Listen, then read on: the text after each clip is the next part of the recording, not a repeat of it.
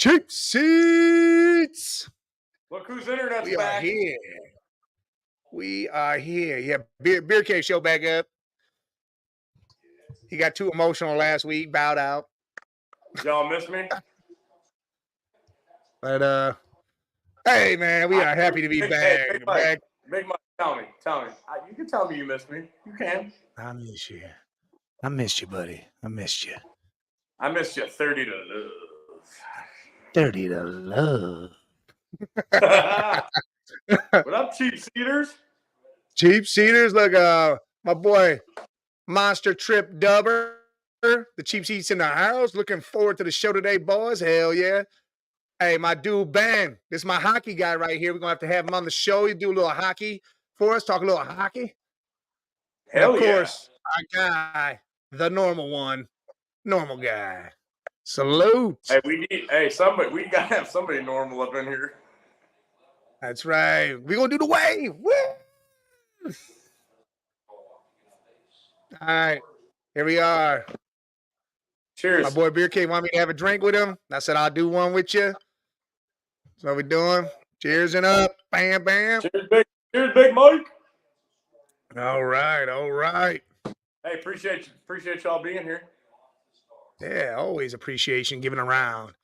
On today's episode of the Cheap Seats, we are going to talk about men's feelings and how they should react and how they should not be narcissists, gaslighters. I'm joking. We ain't doing none of that shit. This will be quick because I got one feeling. Beer Cave likes to hide the rest of his feelings. And I understand why. We all go through the hiding of the feelings. Big Mike said, he's actually got two feelings. He's got three feelings. Three? His main one goes to his son. His second one goes to his close friends and family. Yeah. And his third one goes to the cheap seats and all the sports we talk about. Listen, I'm going to give you. I got you.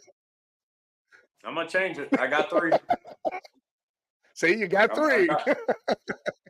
Man, I'd hug you right now if I was by you. That was good shit right there. That was good. See, I'm always looking out for you. Yeah, that was good. Have a drink to that one. Three feelings. Yeah. Dude, cheers to three feelings. Three. Gotta have three. Yeah. If it wasn't for the cheap seats and all you fans and listeners, I'd have two. Listen, so it's out Cigar there. Went out. But all right. Listen, we're gonna like your input. We're gonna do a first round mock draft. Yes. Big Mike. How many picks? Just take a quick guess, Mike. How many picks do you think we agree on? Say out of the top 10, how many do you think that we're the same?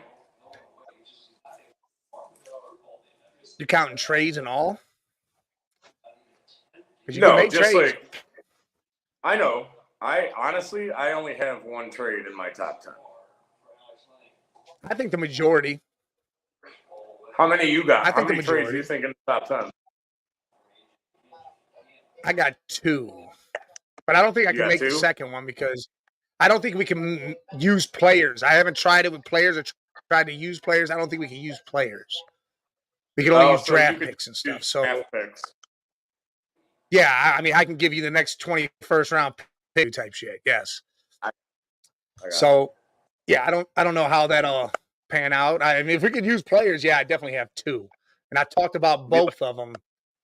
Be like Mike Ditka and give away the next 22 years of your draft so you can get Ricky Williams. Ricky Willie. I mean, he's a good player. I don't know about giving all that away, but he's a good player. He's a stud, but I wouldn't have given up all that. Nah. But so what's up, man? We're going to say that for the second hour. I think we're going to say that for the second hour, maybe. I save it for that, or do it halfway through the first. Oh, I like that. We could do that. We got to talk a little bit of what happened since we've been on last. Can I throw something out real quick? We ain't been on. Dude, I know it's not sports per se, but Sunday night WrestleMania, dude, was the shit. Both nights were great, but yes, Sunday was killer. I rewatched Sunday morning before Sunday nights. Yeah. Saturday nights was okay. Sunday night, dude, that was some good shit. Well, the last match is really what you had to see Saturday night because you had to know what was going to happen Sunday's match and know the stipulations and rules and what was going to happen in that last match. And yeah, listen, WrestleMania is the one event I'll always watch wrestling. I mean, I'm not huge into it. I won't watch SmackDown or Raw all the time, or I watch that. I usually watch Elimination Chamber if it's going to be good. Royal Rumble's a big one I watch. Money in the Bank, maybe. That's BK. But yeah. Like he loves the Rumble, dude. You get all them dudes in the ring. Oh yeah, the Rumble's always great. See, you don't know who's going to come out, what's going to happen. Survivor Series. When Survivor Series was actual Survivor Series, you know what I'm talking about? It was like teams of 4-on-4, and now it's just like Survivor Series is just like any other pay-per-view, one-on-ones, and you know what I mean? I miss the old school Survivor Series, dude. Oh yes, and I think that might be coming back. Oh, what's going on, Ashley? What's going on? Hi, Ashley. Beer Cave. Appreciate you listening. Howdy. Hello. Hey, Ashley. 30 to love. Yeah. Mike. I ain't got it quite like that. I just, it's not quite the same when I do it. Yeah, I mean, my voice is something else. Like I said, when we do that shit, we just get real intimate on here. Get real nice and close to the mic. Let the listeners know you're here. Slow the voice down, lower it. You gotta slow it down. Gotta bring out that bass. Right. It ain't 30 to love, it's 30 to love. Yeah. It isn't just 30 to love, it's 30 to love. Bye, Mama. What's going on, Red Jet? Look, Beer Cave's over here waving. He's got women running by. He's waving to them as they do. They're jogging by in their swimsuits. That was Mom. Oh, that was Mom? Ah, what's up, Ma? She's leaving now. Oh, all's well, Red Jet. All is well. It is great that everybody in the chat is here. Again, we're going to do a first round mock. We're each going to do our own. Add a couple trades in. We'll see how the first round goes. You know, it should go pretty quick because, you know, we do know where certain players are going to land, and sometimes we don't know where anybody's going to go, so we're just going to throw our player in there. What if we do this? Why don't we do right now, let's do first 5 picks, and then we could take a break, and then we could do 5, and then, you know what I mean? Instead of just doing straight, we could do 5 picks or 10 picks and then take a break, and you know what I mean? Instead of just going straight all the way through. How about this? Well, see, we have to do straight all the way through. Like, you'll have to go, and then I'll have to go. Oh, so I'm not going to be able to switch back and forth. So if you want to do your first 5, we could do your first 5 right now. All right, I'm ready. Then we'll pause, and we'll let you finish the rest. All right? We'll do that right now. All right. All right. So let's go ahead and bring it on up. Here we are. And here we are. We're on the clock, Chicago. We all know we're maybe that's what I should do. Listen, I should be the draft guy. Next on the clock, the Chicago Bears. I like it. Bears. Oh, yeah. See, it works, don't it? All right, let's do this. Let me get it all set up. You have because I think I know where you're going. Where are you going? Where are you going? We know who they're taking, dude. That's why they traded Fields. Oh, the kicker? All right, hold on. Yep. So you're taking Caleb Williams. They're taking Caleb. It's going to be Caleb. Mike, I'll announce our names. Let me get real intimate with your name. Is there any doubt, dude? I'm still holding hope that they don't. So if they don't, who do you think would be the pick? Listen, here's the deal. There was a trade supposedly that was put out to them by Washington to give them the second pick and the next 2 firsts, and supposedly they rejected it. Man, I gotta be honest with you, I would have jumped on that in a fucking heartbeat. I gotta be honest. If I was the GM and I didn't take that, I'd be hanging myself by the goalpost. Yep. What? If that was true, that is ridiculous. Ridiculous if they rejected it. If I was the owner and I heard you didn't take that, I would hang you by the goalpost. Hey, listen, while we do this, you're the one that's got to deal with the comments because I'm not seeing them. So you don't even got to put them on the screen. Just shout them out. Yep. I got you. All right. So hold on. Hold on. So two and three. Hold on. I got to announce the player. He is taken Caleb, the mentally unstable Williams.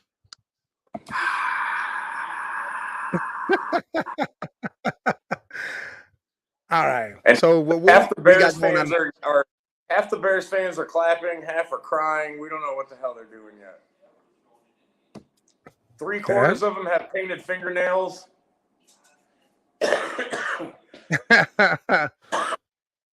All right, so we ready? Yeah. What you got next? Here's where I'm having the issue because 2 and 3 for me can flip flop. 2 and 3, they're both taking QB. Okay. I'm going to go with. I do believe Washington's going to take Jaden. Jaden. Yeah, Jaden Daniels. All right. We got the Washington Commanders taking Jaden. I don't only throw the ball, I run it. Daniels. For one season. Well, what we got, Red Jet, with the first round pick in the 2024 NFL Draft, the team that got to the Super Bowl but lost selects me. Red Jet, I had you first on my draft board. I had Red Jet first on my draft board. You're all over the 49ers board, Red Jet. Yeah. Listen, they took you with their first 6 picks, Red Jet. They're like, we're trading away everybody. We only need Red Jet in this draft. That's it. They get Red Jet. We got Mr. Purdy and we got Red Jet. We're set. We got Mr. Purdy and the reddest of Jets. And CMC. Don't forget about him. Oh, yeah. And the white boy that runs CMC. Hey, I know we're in the middle of this. If we could touch on the O.J. Simpson death. I mean, it's kind of a big deal. Oh, hey, I forgot to get the picture. Listen, yes. Hey, look, man. Salute. Rest in heaven. Rest in peace. Rest in glory. The Juice Man himself. The Buffalo Bills runner. The Heisman winner from USC. O.J. Simpson. So I'm not giving him the rest in anything because I think he's a murderer, but he still passed. He still died, so. Hey. You could think he was, but he was damn well proven not guilty. The glove don't fit. You must have quit. That's right. Johnny Cochran made sure you understood that, so make sure you abide by the law, Mr. Beer Cave. Wait, hold on. Red Jet said they better pick me or else. She said Purdy, not the white boy. More like the white knight, she said. Ooh, the white knight. Ooh, I kind of like it. McCaffrey. So if Purdy was in the XFL, his jersey would say white knight. He did commit a crazy crime. Yes. But he was found not guilty. So again, I can't say that. The crime he did commit and get found guilty, he was stealing his own memorabilia. And then he went to prison for it. Now that's the craziest shit. How do you steal your own shit and go to prison? That's like us stealing. We're gonna steal all the CheapSeats shit. So I'm gonna tell you the weirdest thing about when I seen that he had died. I didn't even know the dude had cancer, bro. Yes, no one knew. People didn't know. Like they kept that hush hush for real.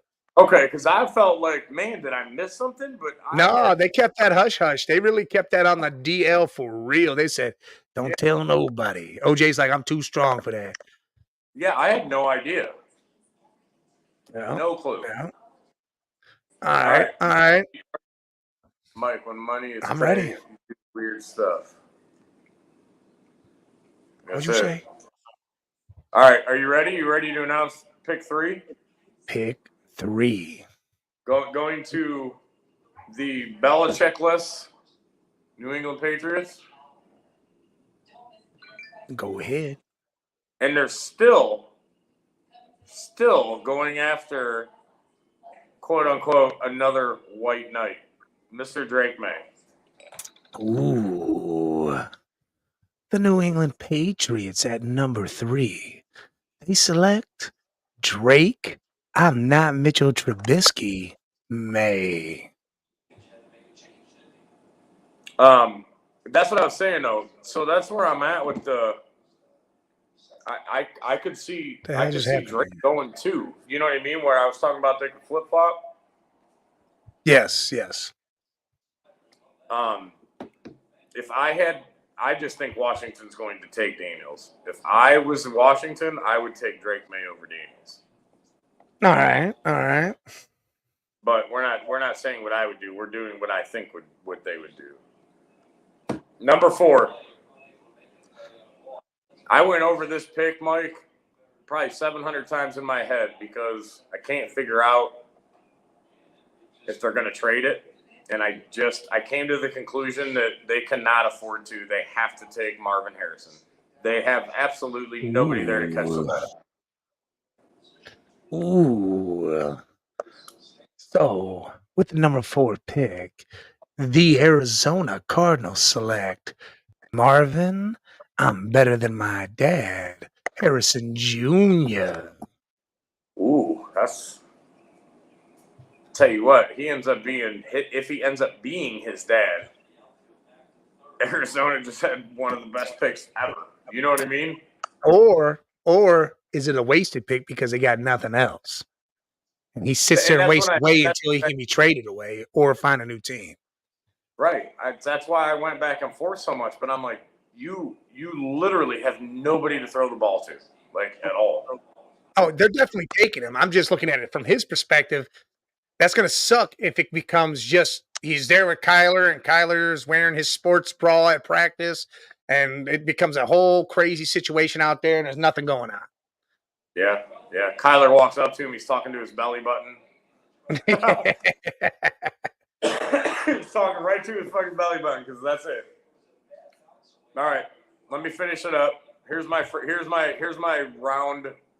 top 10 trade. Vikings are using that extra pick and trading. Hold on. So we're going to propose a trade. We're going to have the Chargers. And what team are we proposing it with? To the Vikes. To the Vikings. Hold on. What's going on here? Here we go. Both of theirs. They're using that extra pick they got. Trade with. We're going to go the 5th. Yep. Why is my computer acting retard? 11th and 23rd. Propose. Yep. Let's see if it goes through. Trade has been rejected. We can't throw in players and stuff. So can we just leave the team name and put the player that we pick? Hold on. I mean, we could do that, I guess. All right. I mean, I don't know how else we could make that work. You got to make the trade work. I mean, it's rejected. I don't know. All right. Hey, so listen. So we're only doing the first round. Can you do like the Vikings, those 2 firsts and a second? Can you do that to make the trade go through so at least the right team's there? Yeah, I could probably do whatever. I could add other picks in if you want to throw the 2nd round pick, 3rd round. Yeah, we could do it. I'm saying I would just throw stuff in there just to make the trade go through. That way the team's there that I think is actually going to pick them. All right, look, let's do that. All right, proposed trade. Vikings. Chargers. We're going to do the 5th, 11th, and 23rd. And then give them that. Dude, what? We're going to give them a 3rd. Let's try that. Maybe. And we'll do like a 5th. Propose. Trade has been rejected. Damn. All right, look. We'll just do it like it is. All right, so we know that's Minnesota Vikings. What are you feeling? Here it is, bro. Mr. J.J. McCarthy. Oh no. Yep. Oh no, Yep. ski.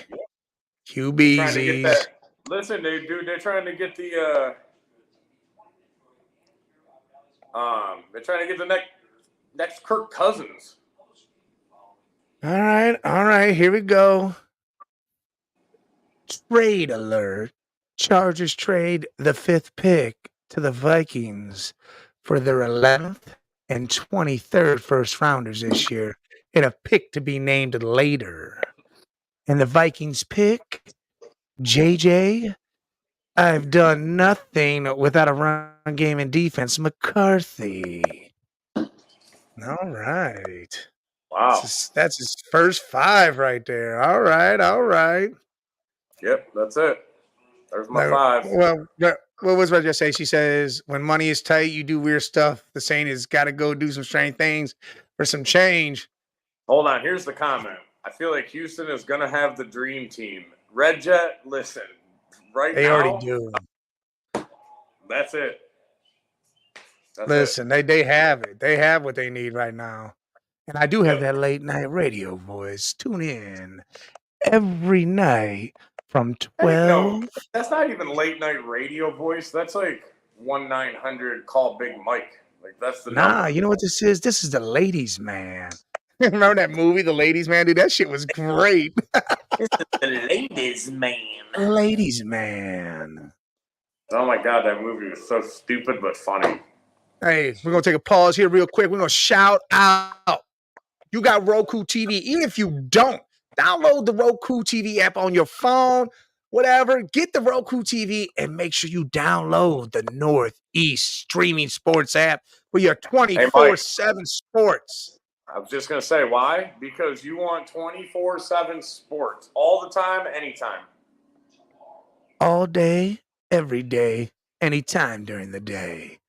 And you don't want to hear them ESPN fools arguing, bickering about nothing. You don't want the Fox Sports 1 guys who all their shows seem to be getting canceled and people seem to be leaving. You want some real in-depth news, some facts, some fun debates. You want to have a good ass time.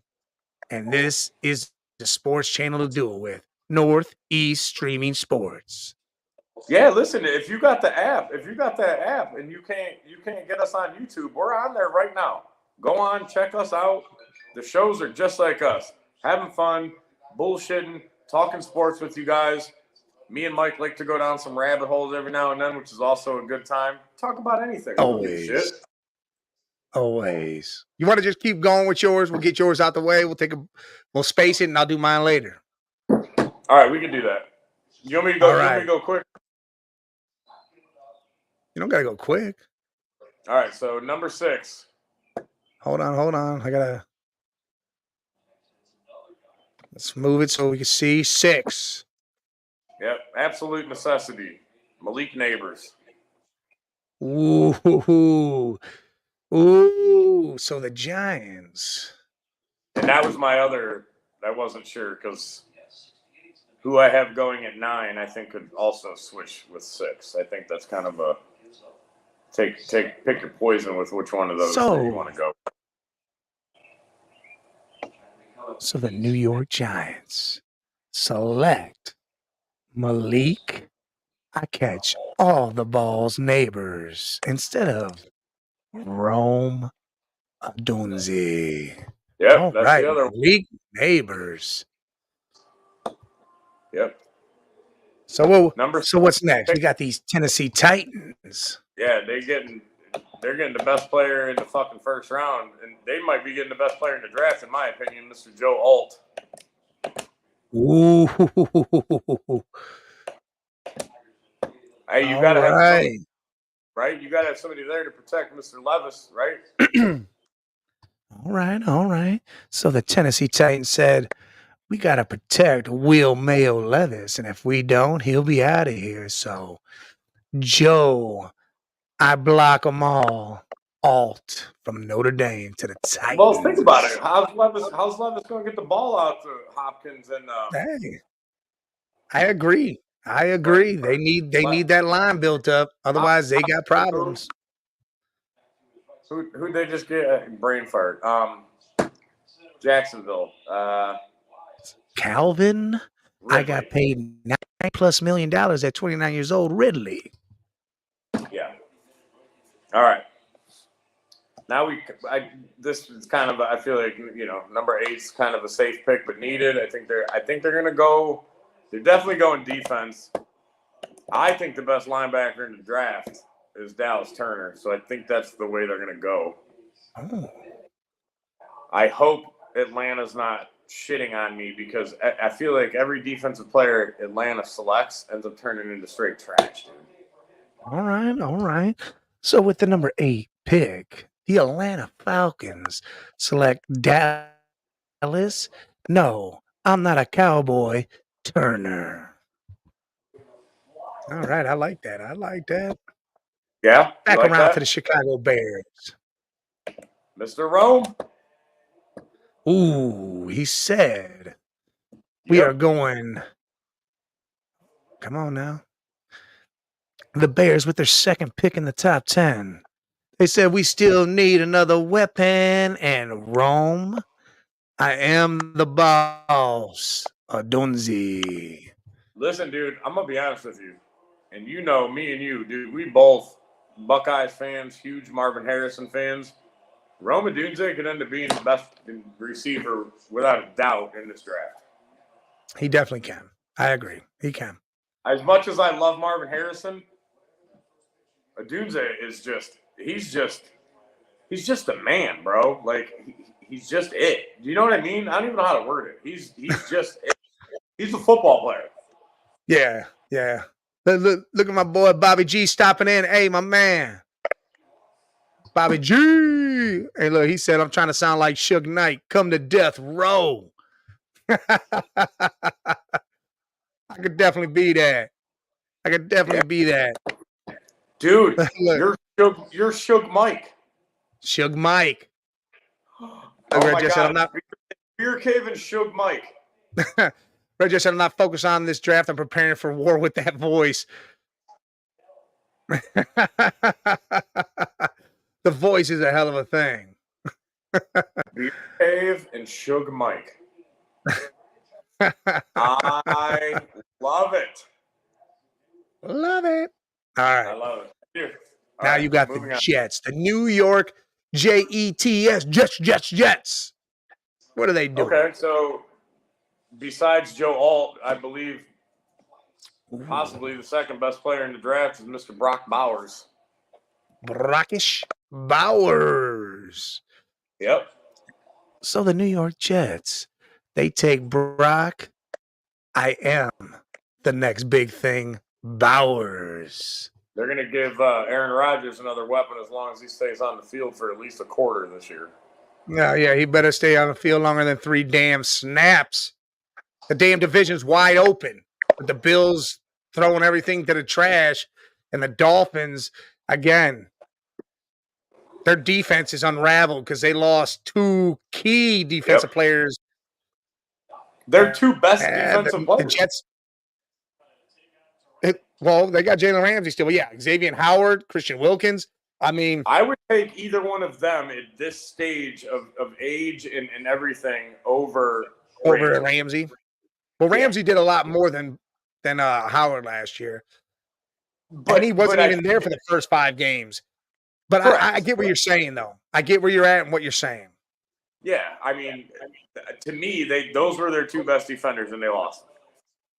That division is if Rodgers plays and stays healthy, I think it's the Jets' division to lose at this stage with that defense, bro. All right.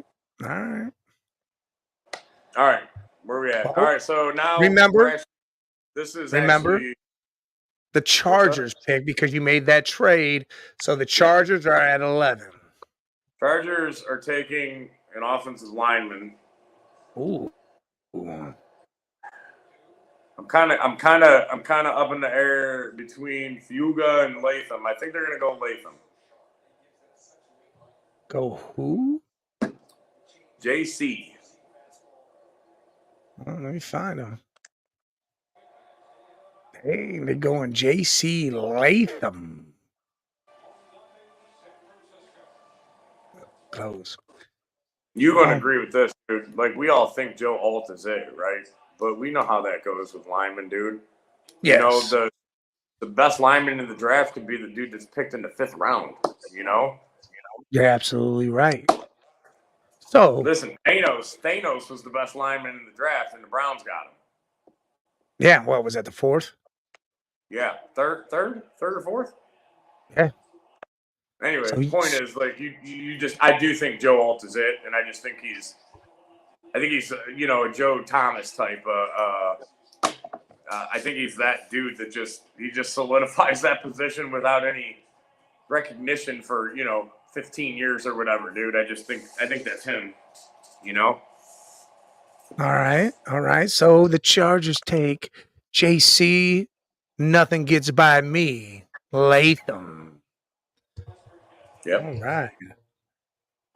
All right. So you got the Broncos. Broncos need everything under the sun. Oh, well, where do they start? I think they're going cornerback. I originally they're going corner. Yeah, they're going corner. I think they're going to go defense. Okay. I originally had Arnold, but I'm going to go with Quinion Mitchell. What? It won't let me draft him. Why? I don't know. That's who I want to draft. Damn it. Everything kind of went blank here. It's like I can't draft nobody right now. I can see everything. It's not showing me a draft button. Broncos need a coach. Man, listen, I'm with you. That's like I said. When I said they need everything, I mean everything. Everything. What don't the Broncos need? Why did the draft button disappear? Good question. Oh, it timed out. That's why. Draft. All right. There we go. So next you got the Las Vegas Raiders. But first, the Denver Broncos select Quinion. I'm just like PS2 Mitchell. Talisi Fuga, I think is how you say his name. That's the lineman I think they're going with. That's the next pick. Now we're getting into the boring stuff, dude. Talisi Fuga. Come on. Draft him. All right. So the Las Vegas Raiders say we better protect whoever the hell's back there. And it's going to be Talisi. Hey, protect I'm somebody. your man, Fuga. Suge Mike is right. Protect somebody. We don't know who. Somebody.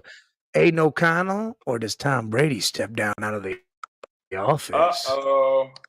He's an owner player. He's a Michael Jordan. Could you imagine Brady throwing to what's his name? Devontae Adams? Yeah. Whew. It will be crazy. It will be crazy.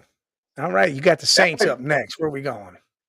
Offensive line. They're going with Olu Fasha, whatever the hell that dude's name is. All right, the Saints say, hey, we got Derek Carr and whoever the hell else. We definitely need a Hawaiian, and we're going to put him on the line. I'm not even going to try to pronounce Alumni Fashwana. I don't know, man, but he's a dog from Penn State. Protect Carr, open some holes. Let's get Kamara back to being Kamara, right? Yes. All right. 15. Colts. Mr. Arnold, corner. Colts select Tyrion. I should be the number one corner, Arnold. And listen, that's what I told you. I have a few of these that could kind of go. You know what I mean? You can kind of flip flop them. I think you can kind of flip flop them. I also believe that you're right now in the position of 57 trades that I can't even predict what could happen now. Agree. You know what I mean? You got nothing, dude. All right. So now you got. Can I ask a question? Is anybody that listening give a shit about the rest of the first round? Mike, me and you have talked about this. Me and you've talked about this on our show. Once you get past that 13 to 17 range, it's basically the second round. It's the third round. Like the first round, because there's other teams that make moves. Different things are going to happen. That's what I'm saying. And you're into just throw the dice and see what the hell happens mode now. Look, you know, Bobby G says Broncos need a coach. You got to keep up with these comments, bro. That's what I said. I was like, Bobby, when I said the Broncos need everything. All right. So what, you want to be done with your first round? I mean, I can keep going. I just don't know. Does anybody care about some of these dudes? I mean, I care about the entire first round because that, to me, is the players that are going to make the difference for that team. I care about the first 3 rounds, but yeah, but I'm not worried about the first 3. I'm worried about the first round because that's really the day I watch. So I went through 15. So let's just be done. You go through 15, and then we'll kind of discuss what we think and what our picks were. All right, so you want to be done? I mean, I have the rest of my first round, but all right. Hold on. Let me set it up so I can go then. All right. The only other one I was interested in is I have Brian Murphy going at 18, who I think is the best.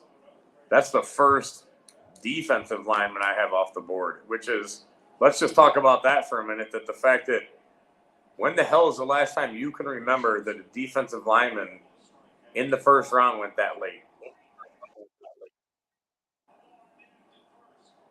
Oh, that it took that long to get to one? Yeah, it's been a little bit. Usually they're drafted in 10, 15 for sure. You usually get a defensive. I was just going to say, dude, top 10, I feel like you always get a defensive lineman in the top 10, right? I mean, 99% of the time it feels like. But yeah. That just ain't that position this year that's just popping out,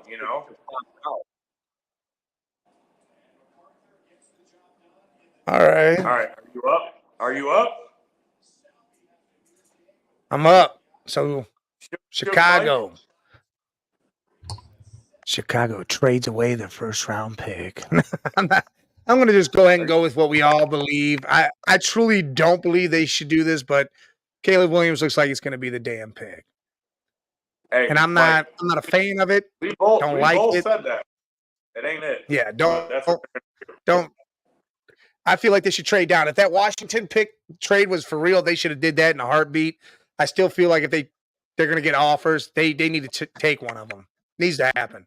But listen, for right now's sake, my opinion, dude, you could drop to 3, and you're still getting, which could be, in my opinion, those you could name 3, 4, 5 quarterbacks that I understand everybody says Caleb's it, but you could name 3, 4, 5 of them that any one of them is it. It kind of reminds me of the Baker, the Josh Allen, the Sam Darnold, the Josh Rosen. I understand we know where they are now, but at that moment before the draft, everybody had one of them ranked 1, and everybody was different. Look at Bobby G says Steelers having internal convos on what a T. Higgins trade would look like. Ooh, it's going to look like Russell Wilson still can't throw him the ball. That's what it's going to look like. It's going to look like, cool, you stayed in this division, and now you'll be a number 1, so let's hope you can live up to the number 1 status because George Pickens ain't the number 1 then. I'm okay if he stays in the division. I was just hoping. I mean, Steelers better be able to offer what they need over there. I don't know. There's going to take a lot because it's in division. To me, it'll take a lot for the Bengals to be like, all right, cool, we want to see him twice a year. So, I don't know. It always takes more to get a player from a team in your division. Like, you have to give up that extra draft pick that you might not have if you were the Niners or, you know what I mean, somebody else. Hey, Seuss, what up? Happy Saturday, bro. Hey, Zeus. Happy Saturday, my man. All right. Washington. I got a feeling they're not going to take the next. They're going to. I'm going to go right with you on this, Jaden Daniels, because they took Sam Howell. They already took a North Carolina quarterback, and they obviously ain't going to feel it again. So I'm going to take Jaden Daniels. I think that sucks because I think Drake May, and again, we're going by what we think and see, and you know what I mean. But I think Drake May he's head and shoulders above any other Carolina QB that I've seen. I agree. So Jaden Daniels, could this be the second coming of RG3? Let's hope not. Let's hope to God he does better than that. So if he doesn't get injured like that, and he actually does with this team what RG3 was going to do until that injury happened. What do we got? Red Jet says Steelers better offer a song, dance, and a whole good time for Higgins. I mean, that's pretty much. It's in the division. Exactly. There's no way they allow that to happen. Do you think they want to go play Pittsburgh and watch Higgins just blow them out of the water and have 12 catches for $190 and 2 touchdowns? Unless they feel they can lock down Higgins while he's on the Steelers roster, because that'll be that only guy they need to worry about and make sure he doesn't do a damn thing. I don't know what their thought process will be. If they can get a load off the Steelers, maybe they do it, but it's hard for me to believe that that's what they do. Right, but that, like we just said, though, Mike, that's the thing. They're going to have to the Steelers are going to have to offer a load and a half compared to an out-of-division team that just offers this. I agree. Jesus says, so JJ and Knicks will get overdrafted in first round. Listen, Jesus, I think Knicks I would draft Knicks over Jaden Daniels. I personally believe Knicks is the most pro-ready quarterback. Yep. He's dealt with 4 different offensive sets. Offensive coordinators, changed teams, had 4 different coordinators already in college, and still balled out with every single one of them. He thrived through every one of those. Yes, and he thrived. And now he goes to the pros where that could happen, and he's the quarterback that you'd be like, this guy could already do it, so why not? You know what I'm saying? Jesus, our first round, we're not, me and Mike we're not drafting what we think they should do. We're drafting what we think they're going to do. I think, obviously, Jesus does not agree. This is where we're going down there. If it's what they should do and how I feel, Caleb Williams doesn't go first, and the Bears trade out of that pick. Yeah, and they still have Justin Fields on their team.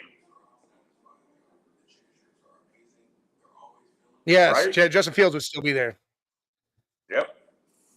All right, Patriots. Now, I will say, I don't know if JJ is. I think JJ is going to be. I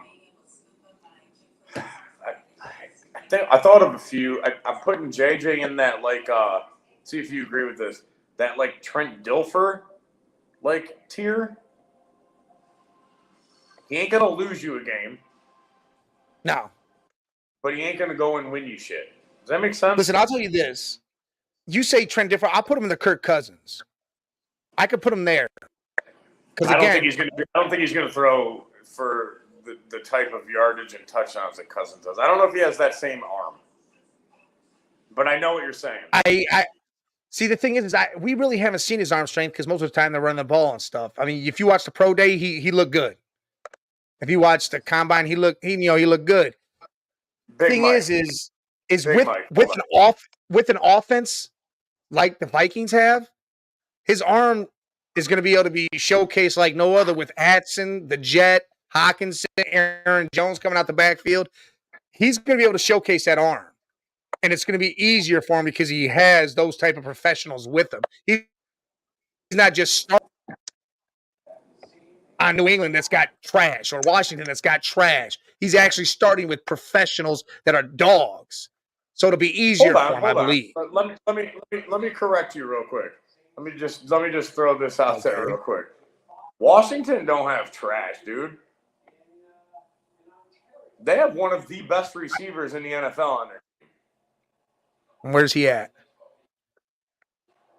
He's in Washington. Who he just ain't got nobody to throw him the ball. Who you talking about?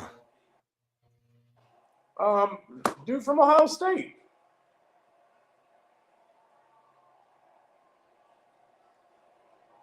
What's the receiver's name on Washington? So you think just having one receiver is where it's going to be at? No. You said Washington has trash. I was just correcting the fact that they have a stud on that team. Okay, they got one lone star. Correct, but I'm no just run saying, game, no other receivers, no nothing, just one lone star. New England has nothing. But Scary New England does have something. What? They got Ramondre Stevenson. Criminies, dude. Listen, all right, I got to move on with my draft. Damn, are you serious? Jesus says Knicks is Andy Dalton or a low-tier Tannehill. Well, it doesn't look like Jesus watched Bo Nix. I don't think Jesus, did you watch Bo Nix at Auburn? Did you watch him all those years there? Did you see what he just did this past year at Oregon? It wasn't his fault Oregon suffered. It was that team. And that Mike, team is the problem. Did you watch what he did? Did you watch what he did this year at Oregon? His fourth different system. Andy Dalton could not have did what Bo Nix did. Andy Dalton obviously didn't do what Bo Nix did. Correct. To me, Bo Nix, the only reason why he's that low is because he didn't win a Heisman. He didn't stay in one system. He didn't win a national championship, all this stuff. Like Jaden Daniels is up there. He won a Heisman. He didn't win that Heisman. He's not up there. Drake May's up there because he has all the records in North Carolina history. So it's hard to pass up a guy that has 1,000,000 yards. Caleb Williams is up there because he won the Heisman and almost won a second one. Hey, Caleb Williams is also up there because he played for USC. I mean, hey, remember Russell Wilson was drafted in the 3rd round, but that dude went to 2 Super Bowls, won one, and I mean, did all his. I mean, should have won the second one, but Pete Carroll messed that up. Just you got to understand this. Bo Nix to me is the most pro ready. I didn't say his ability was off the charts. He is the most pro ready quarterback in this draft. I would have more faith putting him right in the start right now than I would have any of those other guys. That's where I'm at with it. 100%. That's how I feel. I'm not saying he's going to be the most shining star, but he's going to be the guy that he'll go out there and he could start day one and be okay. He's the guy that's going to go out and he's going to read that playbook and he's going to know the plays and he can read the defense and he can manage a game for you better than any of the other quarterbacks in this draft right now. 100%. That doesn't mean anything. Right off rip. I mean, day one, put right in the starting position. Yep. And he's not going to have that opportunity though. Patriots wherever he gets drafted, ain't going to be it. What? What are you talking about? See, I can't even see. I'm trying to do the draft. You're over here talking. What are you talking about? Me? Oh, the Legion of Boom did that. That's right. They threw the ball. They ran the ball. They did Listen, Jesus, I get it. The defense was great. But Russell Wilson also did a lot of plays in that offense. I mean, come on now. You can't give no credit to Russell. I understand you're over there and you're a Niner guy and all that. And I know your bias is getting to you here, but you can't do that. I mean, you're an Oakland guy actually, so I don't understand the bias of this. Russell Wilson's a good quarterback. He literally went from NC State where he dogged, went to Wisconsin, did the same thing there, got drafted in the 3rd round, and did all that. Yeah, all right, cool. They had 6 turnovers. You still got to score. You still have to score off those 6 turnovers. Correct. You still got to score the ball, Jesus. And it wasn't all the beasts doing it. So you can't tell me that Russell didn't have a hand in that. And how'd they get there? It was Russell doing the offense the whole year and all the playoffs. I get Legion of Boom. was involved. I'm not taking anything from that. But you're trying to tell me you're trying to compare that Seattle Seahawks team to the 2000 Ravens team.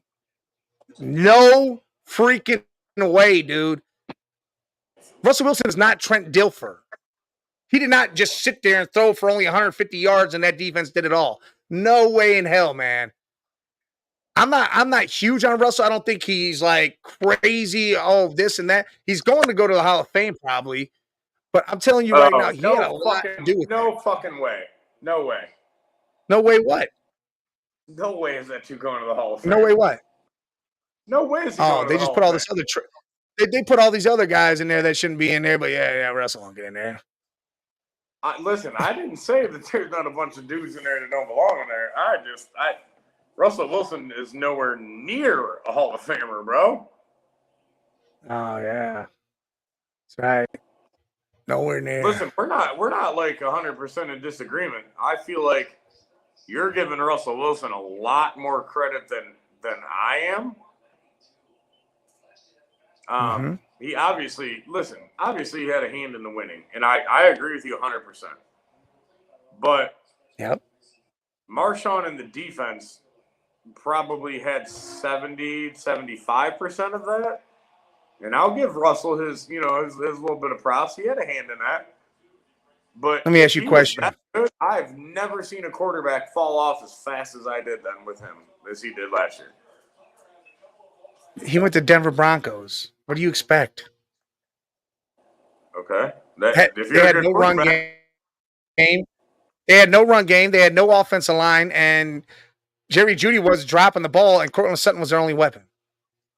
And you know what he did? 26 touchdowns, 6 interceptions, 3,500 passing yards. Oh, he did exactly what Lamar Jackson did and won the MVP. So Russell.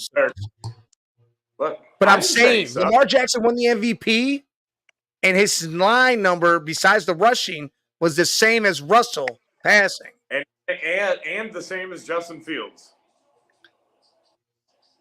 Yeah, there's a lot of hate thrown at Justin. That's a biased thing with Justin Fields. No, I'm saying the stats that Lamar Jackson had is what I'm saying. Yeah, I understand what you're saying. But I'm telling you right now, Russell with nothing still had 3,500 yards, 26 touchdowns, 5 interceptions only. Or 6 interceptions. You're telling me that's a bad year? No. We're going to agree to disagree that I don't think Russell is what you think he is. I think he's a good quarterback. I think he's a good quarterback, yes. Yeah, he's a good quarterback. And do you think Eli Manning should be in the Hall of Fame? I'm kind of up and down on Eli too. Well, I'll tell you right now, if you put Eli in, Russell goes in too. Listen, and that's what I'm telling you. I don't disagree with you. And that's exactly what did I just say. I'm up and down on Eli. The same thing I am with Russell Wilson. There's a lot of listen, dude, there's so many dudes in the Hall of Fame that I'm like, are you serious? Hey, listen, Jesus, if we're gonna talk like that, then we might as well nix a lot of these quarterbacks and drop half their stats. I mean, hey, to me, Lamar didn't deserve the MVP last year. Not one damn bit. Because if you could have the same stats as Justin Fields, and Justin Fields, everybody acts like he's trash, didn't deserve it. Not one bit. But you got QBs, the MVP. You got the MVP with the same stats of a dude that was traded for a fucking 6th rounder. The same, not the, yard for yard touchdown, same stats as a dude that was traded for a 6th rounder, and you're going to tell me that dude deserved the MVP? Why? Because his team won? Bullshit. And most problem is Lamar had the same stats as Mac Jones through first 5-6 games. Turnover stats, all that, same. But yet Mac Jones was trash, and Bailey Zappi had to step in, and now he's not on New England. Quarterbacks are supposed to have stats from bringing their team back. You're supposed to be able to throw your team into a win. Isn't that a quarterback's job? Isn't that why you're the Hey, what's prolific crazy is player on the team? he went 5 wins in a row, beating good teams. And then all of a sudden, Denver said the shit they said, and that all went to hell. Denver could have won that division. Could have won that division if they finished off. And they won the last like 3 games. They lost it, and then they sat Russell. They could have won the division and been in the playoffs, but Denver decided to sit Russell. Do you know who lost those games? His name is Sean Payton. Yeah, Sean Payton, 100%. That's who lost those games. All right, listen, I'm going back to my draft because my bad, dude. We're hey, Suge Mike. There's the rabbit hole we were talking about, bro. I've already picked players already, so we're gonna go. We're at the 6th. Yeah, where are you at? No, you're at 5. Who do you have? You know, 4, 4, I 5. took all players already. Everybody knows where I'm at. So I took the same guys. We went JJ with the trade. I did the same trade. So you think Vikings are they're going to do that too? stupid ass move, and I think it's dumb as hell that they picked JJ, but they're going to do it. Yeah, I think. Where the hell is my? Yeah, I'm gonna go neighbors here with the Giants. Okay. Tennessee does need O-line. They got to protect. So I'll take Alt there too. Dude, I mean, right, Mike? There's no as we said, you don't know for sure, but there's no better lineman. Oh yeah, 100%. They got to listen. They got to protect Will Mayo. Whether it's Alt, whether it's dude we can't pronounce his name, whether it's any of those dudes, they got to protect Will Mayo. They got to get that run game going because now they don't have Henry. They got to do something over there, and they got to free up so Mayo can throw the damn ball to Calvin Ridley and D-Hop. Who'd they get? Who are you talking about? The Titans. Who's the back? Who'd they sign? I don't know. I can't remember. Listen, I can't. You have to look it up on your phone. I can't remember. Suge Mike today is having. He's a little. Might be the man time of the month for Suge Mike. I just want. No, I'm straight. What are you talking about? I'm straight. I'm just not trying to take 2 hours to do my 15 picks. That's all I'm trying to get through so we can be done with this. That's all. I mean, we went down a rabbit hole about how somebody thinks Seattle sucks or whatever. Pollard. No, so they got Tony Pollard. So they did no upgrade at running back. But all right, we'll see. I had to look just to see who Atlanta. All right, so we're at Atlanta. I'm at the 8th pick, and I'm taking Jared Verse. I think the edge rusher from Florida State. Ooh, I think he's a monster. I like it. I really think he did a lot for himself at the combine, at his pro day. I think he's jumped up, and I think he's going to be the guy that gets taken there. And I'm going to be honest with you right now. If I'm the Bengals, there's a trade to be made here. I'm trading the 18th and Higgins for the 8th. Maybe there's a couple other picks involved, but I'd rather the Bengals jump up. And to me, if the Bengals were to ever make that trade, if that trade ever came to fruition, they take Rome Adonzi there. And that's where I feel. Cool. Adonze and Jamar? Woo! Yeah, because I'm trading Higgins. I don't want the drama there no more. I don't want to have to worry about what he's going to do, sit, blah, blah. Get him gone, trade that 18th pick. Huh? He don't want to be there. Exactly. He said it. So I'm using that 18th pick, him throwing in a 3rd or whatever the hell I got to, getting that 8th, and I'm giving them and the Falcons get another weapon with Drake London, Kyle Pitts, Bijan Robinson for Kirk Cousins to win that division. And I think they definitely can. And then at 18th, by your draft, they can still get Verse. I mean, Dallas Turner almost falls to him down there too. So yeah, because I think that's a hell of a move because they still get the top. Go ahead. Yeah, I don't have a lot of the backers, the defensive line. Like I said, I don't have a lot of those going. You're right, dude. Turner could fall to them. I like Turner. I think Turner's a stud, and that's the only reason I put him up there. But I love your pick. I love yours too for them. I do. So, I'm sorry, I was going back to 8, but I love that pick. Why is it staticky? But yeah, I think Verse will be great for him. Calais Campbell, I don't know if he's still there. He retired, but they need that edge rusher. They got to pressure the quarterback. They got some good corners. And So I are think you putting the trade in at 9, or are no, you because drafting? that's a trade I made myself. That's not even a trade that's been spoken at all. That's just my Okay, trade that's that I okay. would do if I was the Bengals. I would do that just to get Higgins gone. I think Atlanta's a team that would take Higgins, take the 18th pick and maybe a third, and do that, and then they would draft Romo Donzi right there or Neighbors if he fell. However, which way it worked, they would Man, get their other receiver. Can you Save them imagine money, Bijan? have star Can you talent. imagine Bijan, Pitts, London, and I take, like you said, Higgins and take Drake London, dude, that'd be a dude or Neighbors, take your pick, dude. Could you imagine that shit? Whew.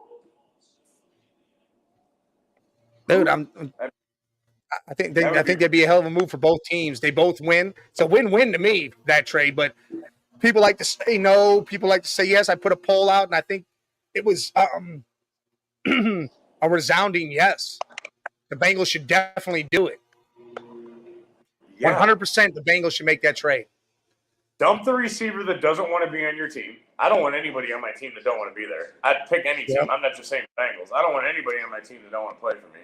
You're just basically then you're trading a headache and you're just swapping picks. And whatever, throw in a third, or you know what I mean, like you said. Whatever, throw in something else, but you're basically trading a headache and swapping picks. That's what you're doing.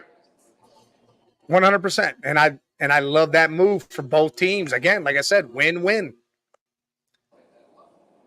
But I agree. Since that trade can't happen here in real life, we're going to go ahead and take Odonzi for the Bears at 9. So can we speak on that real quick? How about DJ Moore, Keenan Allen, and Odunze on the Bears? How about that, dude? That's a hell of a thing. Whew. With DeAndre Swift too now? And listen, and if it doesn't work out, like if my trade somehow happened and Rome went before that, you still got Brian Thomas Jr. if you really want to go that way. They could possibly take Brock Bowers right there. I mean, they got Cole Kmet, but Brock Bowers is way more talented than Cole Kmet. Listen, and then you add him to that line. If that trade happened in Chicago, then was at 9, you better take the fucking best offensive lineman that's left right there. Who? Or Chicago? And that could be it too. If they decide not to go. If that trade happened at 8 and Chicago's still sitting there at 9, bro, you're okay on skill positions this year, right? And again, we both agreed with this a few times. It's easier to find a skill position than it is a fucking offensive lineman. You better take who you have next after Alt, because we know everybody, if you were to line up, your offensive lineman, everybody has Alt at 1. You better take the next best guy that you think is the next best offensive lineman, because Chicago Bears offensive line sucks. Caleb Williams is going to get destroyed. Yes. I agree. 4 Caleb Williams, 4 Keenan Allen, 4 DJ Moore, 4 DeAndre Swift. I, for them, would love that trade to happen at 8. So Chicago, not saying they will, but almost is forced to take a lineman. Take an offensive lineman. Yeah. Because they need it. Because they need it more than they need a Dunze. Well, at 10, I think the Jets need an offensive lineman. They take the boy from Pitt. Or from Penn State. Ooh. They need to make sure that what happened to Rodgers doesn't happen again. I mean, they need to shore up that line and protect him. I understand that, but he was moving because he had 3 defenders in his face. I get it. It wasn't contact that did that, but he still had to move because there was 3 defenders in his face. Why hasn't Zach Wilson been able to do anything for the past couple of years? I'm not saying he's supreme talent, but they haven't had an offensive line. I agree. They need that tackle. They need to show up that blind side. And then man, I gotta take that. You got you can't tell me, Mike, that it wouldn't be hard. How hard would it be to pass up on Bowers sitting there, though? Oh, I get that. I get that. But again, I feel like they got a ton of weapons right now, and they need to protect that quarterback. Otherwise, because it'll be another season like last year. They don't have the quarterback. They put in Mike White in. Oh, great. So now they're just stuck. But they got all the weapons in the world, but they still trash. The Italian dude. Who is his name again? Oh, Tommy DeVito. Yeah, DeVito. There it is. he's on the Giants. Yeah. Oh, sorry, my bad, Giants. My yeah, fault. Wrong team, buddy. Wrong team. Yeah, sorry. Maybe I should make my internet cut out.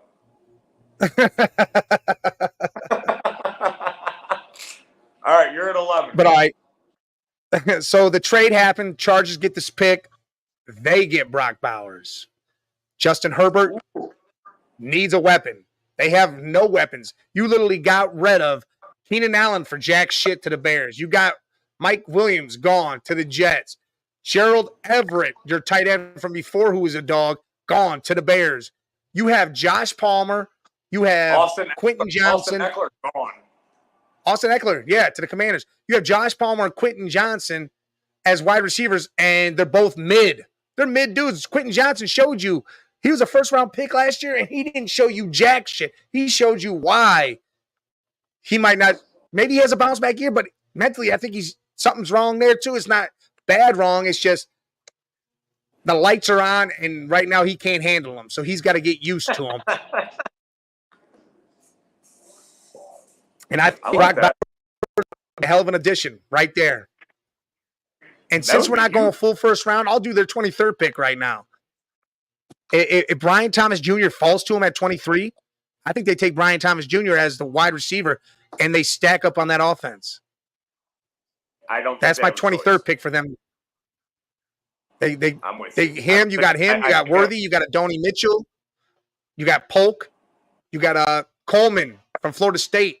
One of those guys will be their 23rd pick. I like the Broncos. You know that? I like Coleman. Oh, I like Coleman too. Yeah, I do. I like Coleman too. I know you're going different than me here. You didn't like the cornerback pick. No. But they need everything. What? They do. They do need it all. Jesus said we watched UFC tonight. Hell yeah, Jesus. Oh yeah, UFC is going to be big. This is going to be the best card all year. God, for some reason, I'm really feeling the Broncos go quarterback. Whoa. And because what do they got? They need a QB. Right, so where are they going? Penix, Knicks, where are they going?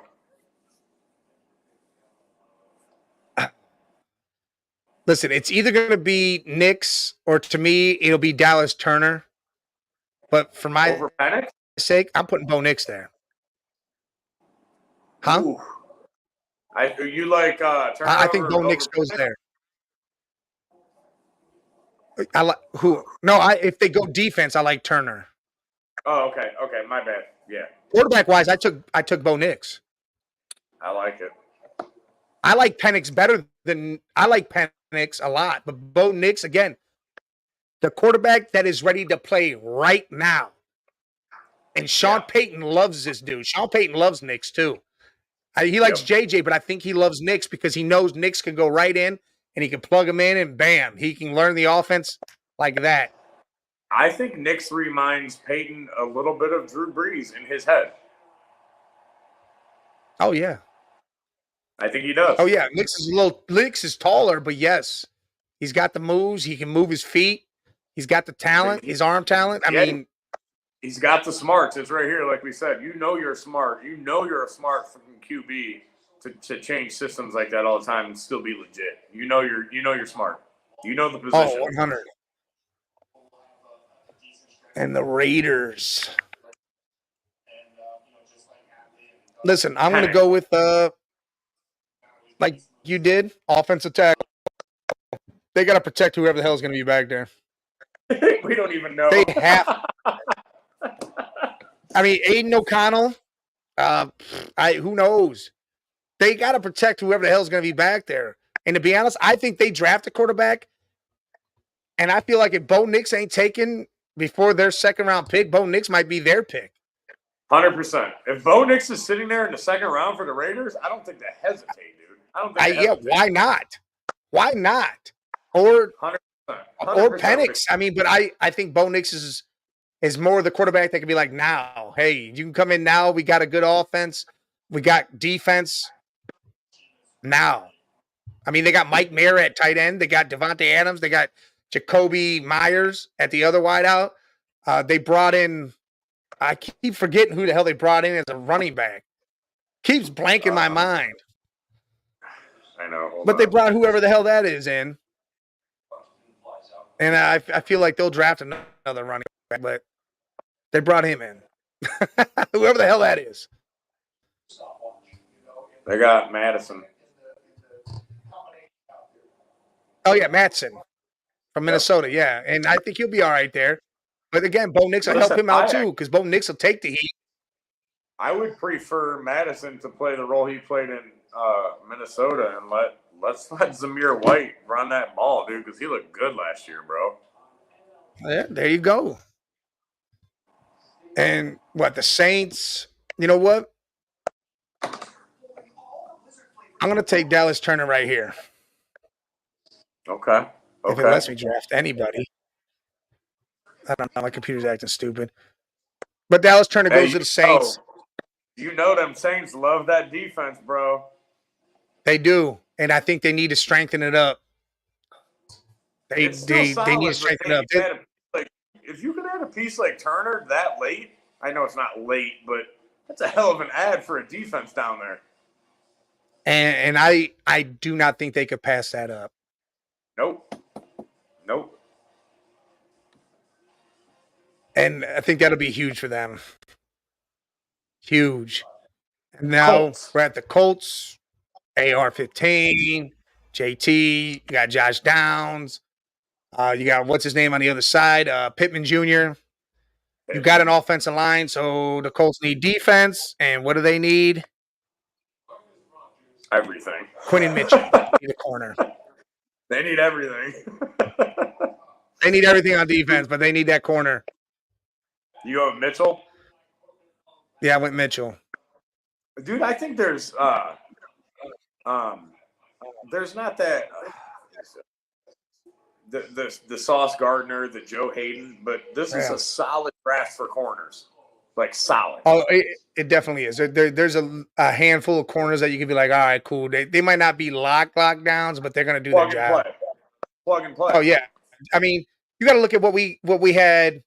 Martin Emerson. We got him in the third, and we didn't think, dude, this dude turned out to be the dog, man.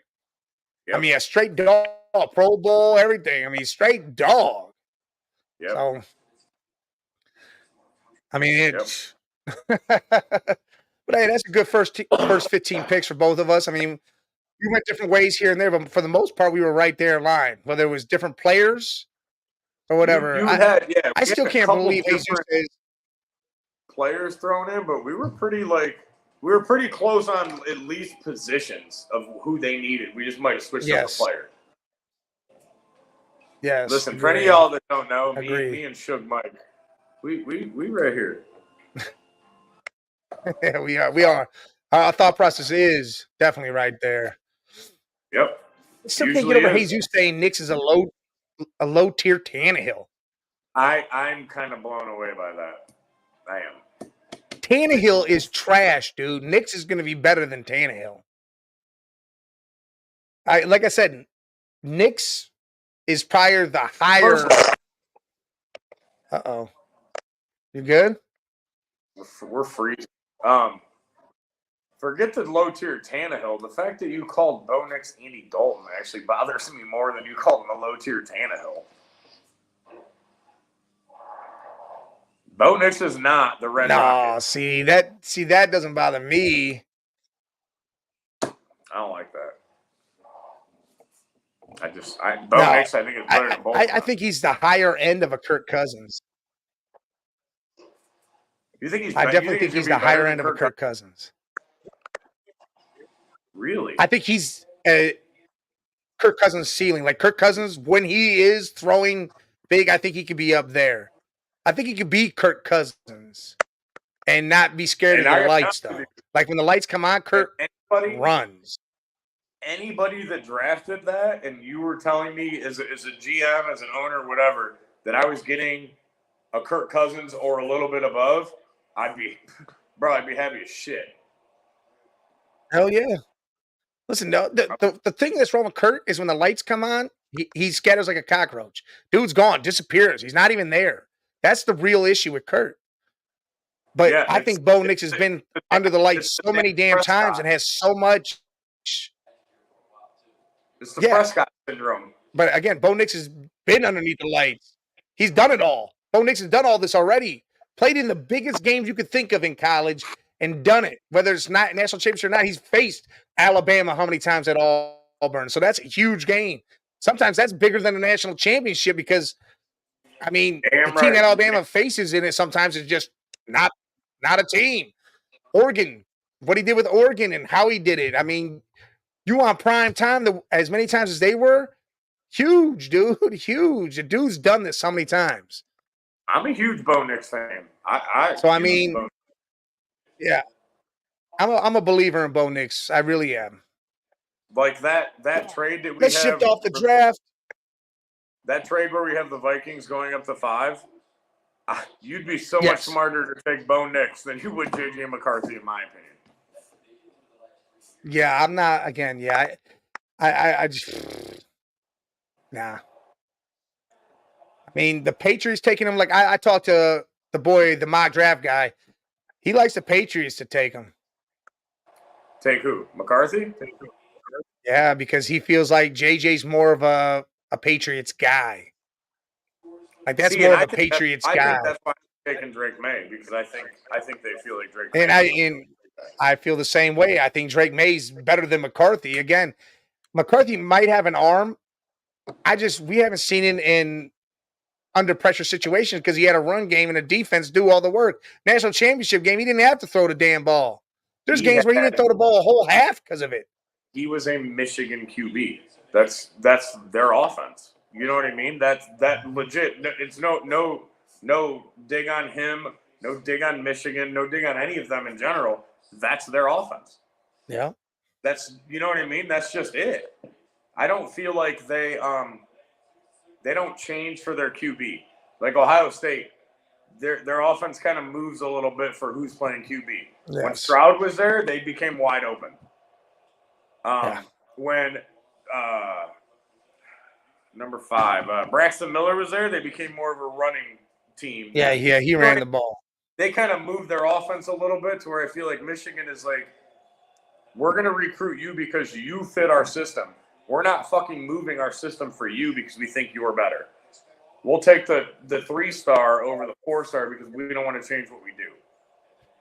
100%. That's what I think. But listen, again, I'm going to shout out that Roku TV. Listen, download Northeast Streaming Sports. I got it. I got it on my Roku. See? Beer Cave's got it. I don't got Roku. Beer Cave. I got the Fire Stick. Cleaning my shower, listening to sports talk. Then I stopped cleaning the shower, and then before I noticed, 3 hours later, shower ain't clean. I'm yelling at the North Coast streaming app because I want to argue with these guys, but I got shower junk all over my hands, and it just becomes a big mess. Again, and what's crazy, here's the difference between it all.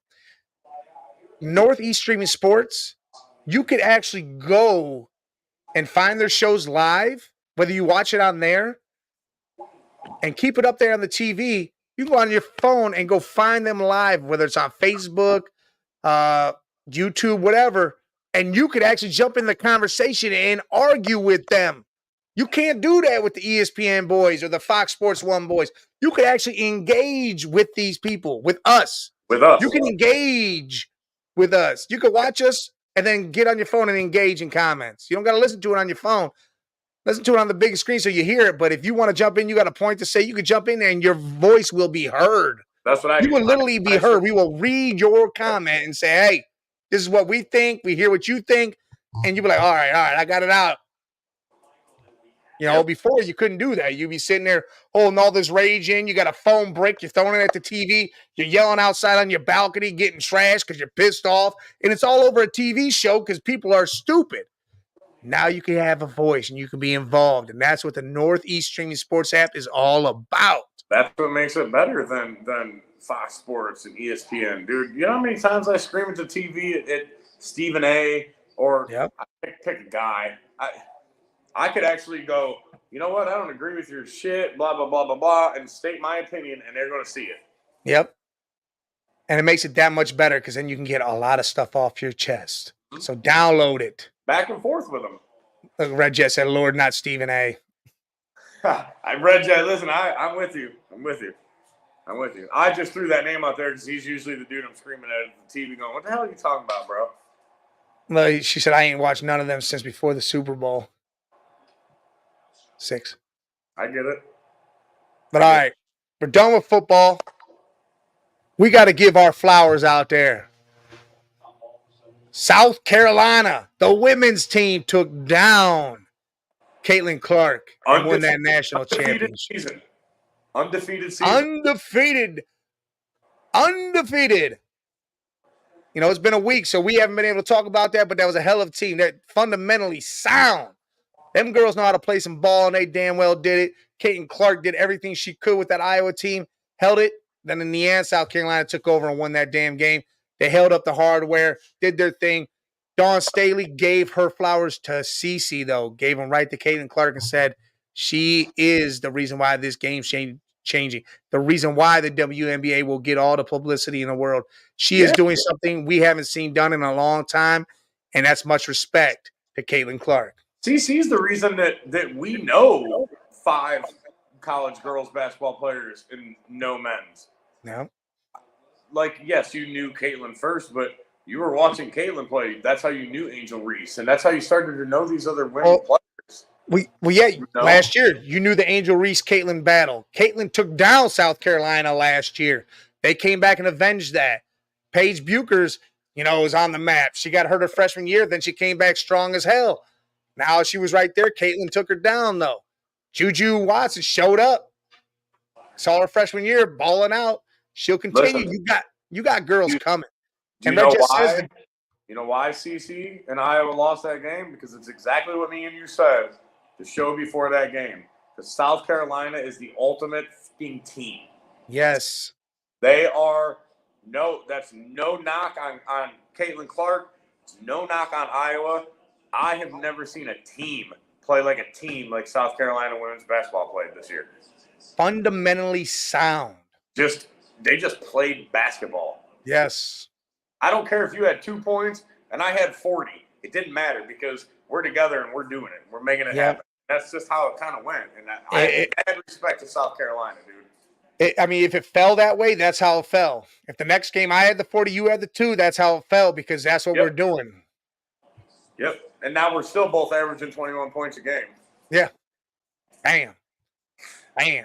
And what Red Jet says the draft is Monday night for the WNBA, so you will find where everybody falls. Angel Reese, old girl from South Carolina, chick from Stanford, big girl from Ohio State, Caitlin Clark obviously going to the Indiana Fever.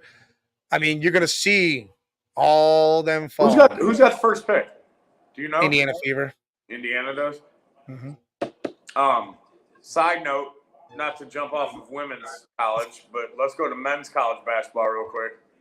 The entire starting 5 of Indiana State, including Kareem, not Kareem, Kareem Abdul-Jabbar, is in the transfer portal. Oh, yeah, they're looking for places. And listen, Ohio State should jump out there and try to grab Kareem. Bring him here. He's following his coach. I think he's following his coach to St. Louis. So you went from one low-end program to another. But St. Louis is a little Bilkins. St. Louis Bilkins. But they're always in the tournament. Oh yeah, they always made the tournament, but I mean, Indiana State should have made the tournament. But hey, give me Kareem Abdul-Jabbar on the Buckeyes, bro. Give it to me, please. Please give it to me. Bring him. Bronny should come to the Buckeyes and play. They just signed a 5-star guy that's coming here instead of everywhere else. Look, man, the Buckeyes are gonna be the underrated team next year. Watch out for them in the men's division. Hey, we're gonna be back to the Conley, Odin. Yep. We're gonna be back to those days, bro. It's gonna be crazy coming soon. Bronny and Cream. Cream. Bronny. We gotta give our props out to UConn. Hell of a year. Won the whole thing. We called it from the beginning. Took down everybody, did their thing, took down Big Zach Edey, and Purdue did exactly what I thought they would have did earlier in the tournament. They tried to let Edey do it all. UConn had the perfect plan. We're going to shut down everybody else and make Edey do it all. And Edey couldn't do it all because they had the big man that would defend him. I mean, he got his points, but again, he wasn't scoring 50 points. Yeah, you can't win just scoring 30, then everybody else scoring. They only had one other double-digit score. He had 12. Yep. They shut down the rest of the team and said, Edey, go ahead. You the big man. That's what every team before that should have did. If Tennessee would have did that, it would have been over with. Yeah, but I'll be honest with you, like we said, it didn't matter. UConn was beating whoever the fuck you put up against them in that game. Oh, yeah, UConn was doing a damn thing. It didn't matter who they put in there. I don't care who would have beaten Purdue, who would have blah blah blah. Yeah. UConn was it. They were gonna smoke whoever you put in that game. Listen, Dan Hurley's a hell of a coach, back to back. I think he has a chance to go three-peat. I mean, dude, this UConn's back to relevance. I mean, they did a lot earlier on. You know, they did a hell of a lot earlier on. They had a lot of good teams back in the day. Now it seems like they're right back in the mix of all that again. Yeah, props on the hire Hurley. Dude's a coach. Oh yeah, straight baller. Yep. I mean, he was underneath his dad's shadow. No nonsense. I'm the fucking coach. Do what I say. That's him. And, you know, he was under his brother Bobby Hurley's shadow, who played at Duke in the 90s, and then he coached. His dad was a hell of a coach, and he just followed his dad and went off on his own. And he became what he is now. He's the best one of the Hurley coaches. Yes, one hell of a damn coach. Yep. And got to give it to him, man. So salute to UConn men's and South Carolina women's basketball squads for taking down the opposition and holding up that hardware this past weekend. Great job. I mean, hell of a tournament. Women's tournament. Undefeated season. The undefeated. Hard to do, man. Double South Carolina. Oh, yes. That undefeated is crazy. I mean, UConn's done it a couple times, but yeah, South Carolina. Great. Especially without that, like, without that Caitlin Clark, without that Diana Taurasi, without that, like, stud, to go undefeated just playing straight team fundamental basketball, I thought was awesome. Well, listen, they got a stud. She'll be drafted in the top 5. I know, but yeah, the rest of their team around her were fundamentally sound. You know what I'm saying? It's not that name. Yeah, well, it's not by herself and just dragging a team together. It was South Carolina instead of Iowa. It was team basketball. Yes. I don't know. It was fun to watch, man. It was. Definitely fun to watch. And as you know, the NBA season is winding down. You got the last couple games here, playoff. One more spots game. Are getting set. One game left. Oh, yeah, one game. Yeah, because they just had – so one game left. Playoff spots are getting set. They're still battling for the play-in with the West. You got the Lakers needing to win. The Suns needing to win, so they're not in the play-in. So Booker's rooting for LeBron James and them to win. Booker's got to win and knocks the Pelicans in the play-in. The East looks like they're up and down. They're fighting for the 4th, 5th, and 6th spot right now. First time ever in history, top 3 seeds in the West are all tied with one game to play. That's insane. Denver, Oklahoma City, and Minnesota. Absolutely insane. And absolutely insane that it's like that. I didn't think those 2 younger teams would. I knew still they'd be there. The playoffs. I didn't think they'd be like right still there. Up there battling. Yeah. And you know what? I love it because the NBA playoffs will actually be good to watch. So when we come back around next week, it's going to be great to watch. Oh yeah. We're going to have something to talk about. We'll know the standings, so we'll talk more NBA next week. We'll give you our preview, our rundown of that. Yeah, we'll give you our finals teams. We'll give you Yes. who's gonna win it all. We'll go round for round with that next week when we know where it actually lands. Yeah, because it's still crazy, like you said, dude. Is it like 2 through 7 in the East is still like could all still do this with one game to play? Like 5 seeds could still just completely move around in the East. It's insane. Oh, yes. Maybe it's 3 through 7, but it's crazy. It's insane, dude. It is insane, and I like this kind of basketball. Yeah, it feels evened out. I don't know the right word, but it feels like it's like a level playing field, dude. And listen, I'm gonna look at the rounds. I'm gonna have to look at them, and you know what I mean. That's not that playoffs where me and you could just go. I know who's going. They're good. They're good. They're gonna face each other. Nah, man, this is gonna be some playoff basketball right here. You might be able to say the Celtics can go here, but it's the rest of it. You got to be like, yes, you ain't got got to that. figure out the rest of it all. I'm telling you, the West is tough, dude. Tough. Yeah. You got the Warriors and the Lakers in the play-in right now. Steph Curry and LeBron James. I'm not saying it could change, like you said, but right now, in my opinion, the 2 greatest players in the NBA right now, their teams are in the play-in game, bro. Well, that just shows how times have changed and how things are going. I mean, the Lakers made a late push to get to where they're at because otherwise they were looking like they might not see the playoffs. Right. And now it's dangerous because they're winning games, they're doing their thing. So you get a dangerous team. If LeBron's got them rolling, that's dangerous. I mean, Steph and them, I feel like they're going to get knocked out, and I don't think they make the playoffs, like the real playoffs. But Steph is that dude that if Steph wants to go out and shoot 20 for 20 from the three-point line, I don't give a fuck who you put up against him. He going to beat you. He could, but again, I feel like the Warriors aren't the team that makes it in there.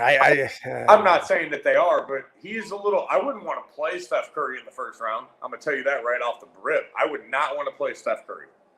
No, I mean because you know what he could do. I would not want to play Curry.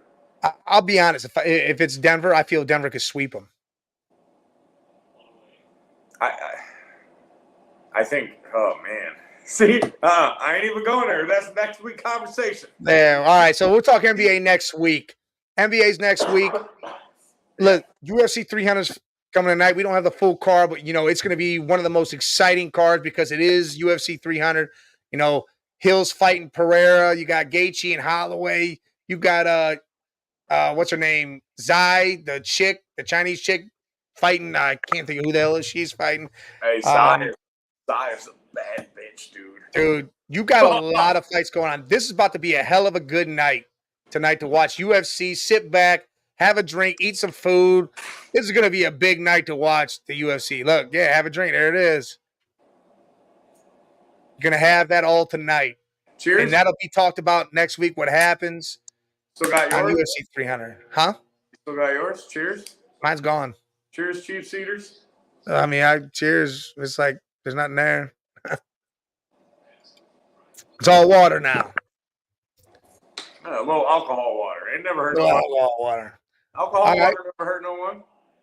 But Beard Cave loves his baseball, so we're gonna let him go ahead and talk a little baseball. It's hard. It's hard because it's early. It's early, but all right. Well, hey, look right now. Tell me your surprises. What's only shocked you this early? Okay, so I don't even want to say it's a surprise. It's a pleasant, makes me happy. Mike fucking Trout is playing like Mike Trout. One of the greatest players that ever played the game that we are lucky enough to actually watch. He is Mike Trout. Yes. And it's really, really, really great to see him hitting the ball again. And he's batting 336. Let's say 336, 6 homers. Problem is, 6 homers, only 8 RBIs. That shows you how absolutely shitty his team is. And it's just him doing all the work. But Trout's playing like Trout, and I'm really, really glad to see it. All right. Surprise teams so far. Yes. Tigers. Detroit looks really good. I know the Indians lost today, but Okay. You got a doubleheader. They play tonight. I'll take a little step back. They're hitting the ball a little bit. The Shane Bieber injury is it's gonna hit him, and you didn't just lose like one of your 5 rotation guys. You lost a fucking Cy Young winner. Yeah. You lost, in my opinion, and probably there's some agreements in this, a top 5 to top 8 pitcher in baseball, not just on the Indians staff, like in the entire baseball. Yeah. The dude went 2-0,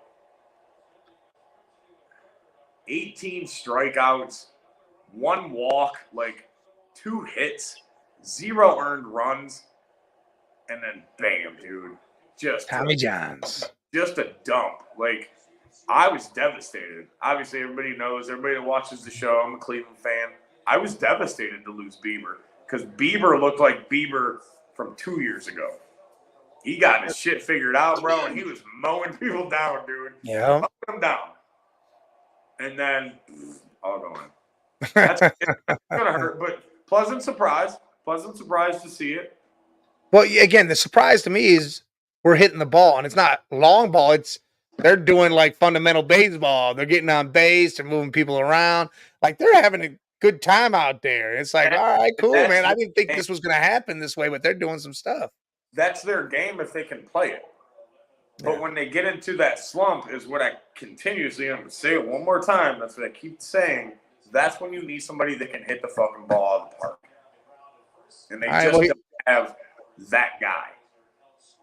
Here's a question. Here's a question for you. Bobby G says, should Mike Trout be looked at different because he never tried to win and basically settled for stat chasing by staying in LA? Absolutely not. Mike Trout is not. If Mike Trout was stat chasing, he wouldn't be in LA because he has 6 home runs with 8 RBIs. How is that stat chasing? Ain't nobody on base for him. Well, listen, because he could have left and went and won something, and he chose not to. He chose to stay there. Now, all of a sudden, because somebody wants to stay loyal to a team, that means they're a stat chaser. I love the fucking fact that Mike Trout said, hey, this is my team. This is where I've been. This is where I'm going to play. I love that. What's wrong with that? That's the Angels' fault for not putting a damn team around Mike Trout. That ain't Mike Trout's fault for staying loyal to his team. That's the Angels' fault for not putting a damn team around that man. Yeah. That's my opinion. All right. I don't think it's got nothing to do with stat chasing. I think he's loyal. I think he likes it there. I think he's comfortable. I think he's in California. I think he's living the life. And he don't want to go nowhere. That's the Angels' fault for never actually putting a team around that man. You have one of the best baseball players that's ever going to play the game, and you literally did nothing to fucking put that man in any sort of position to win. And that's shitty. Yeah, and when they did get something, they let it walk away. Yep. Bye-bye. Like, Ohtani's great. See you later. Yeah. Oh, you can hit and pitch? See you later, bro. Yeah, we're getting rid of you. Yeah.